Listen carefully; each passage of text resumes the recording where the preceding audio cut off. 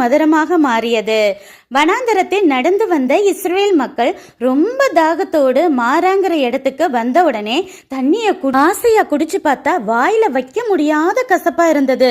உடனே இஸ்ரவேல் மக்கள் முறுமுறுக்க ஆரம்பிக்கிறாங்க. இதே போல மற்றவங்களுடைய துரோகம், மந்திரம், தந்திரத்தாலும் நம்ம வாழ்க்கையும் கசப்பா மாறி போயிருக்கலாம். நாம இஸ்ரவேல் மக்கள் போல புலம்புறத, முறுமுறுக்கிறத விட்டுட்டு தேவனிடம் என் சிச்சுவேஷன் இப்படி கசப்பா இருக்கு, நீங்க தான் மதுரமா மாற்றணும்னு மனசுல உள்ளதை ஊற்றுவோம்.